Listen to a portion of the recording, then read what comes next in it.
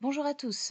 Alors aujourd'hui, on va voir comment est-ce qu'on peut définir la vitesse initiale d'une réaction à partir du graphique ici de l'absorbance ou de la quantité de produit qui est formée en fait en fonction du temps. Donc ici, j'ai tracé les différentes courbes qui correspondent à la quantité à l'absorbance mesurée en fonction du temps et chacune des courbes correspond à une quantité de substrat bien définie au début de mon expérience.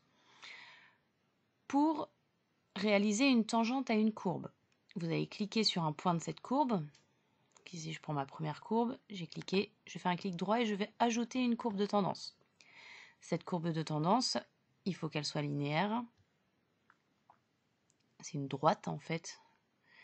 Et on va afficher son équation sur le graphique. Alors tout de suite, je vais mettre l'équation en bleu pour bien me souvenir que c'est celle de la courbe bleu foncé.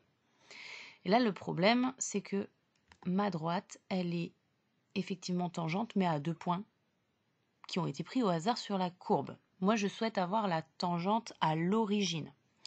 Donc, pour avoir une tangente à l'origine, je vais cliquer sur un des points de ma courbe, ici courbe bleue, et je ne vais sélectionner que les premiers points qui me semblent alignés sur le graphique. Donc ici, je vois que les 2 premiers points sont bien alignés avec le 0.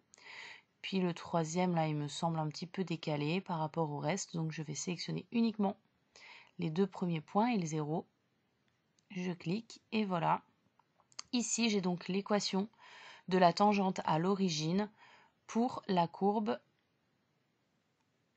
de la quantité de substrat égale à 1,6 mmol par litre. Cette équation elle est de type y égale ax plus b. Donc dans ce type d'équation, a est égal à la pente et b est égal à l'ordonnée à l'origine. Donc ici, on a donc une pente qui est égale à 0,0198 et c'est donc la vitesse initiale pour cette concentration en substrat. Je vais donc venir ici placer cette vitesse initiale dans mon tableau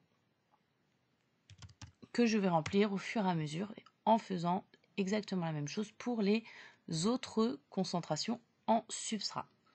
Voilà, vous savez tout pour les courbes de tendance avec Excel et les tangentes à l'origine qui permettent de déterminer la vitesse initiale d'une réaction. Bon courage à tous, à bientôt.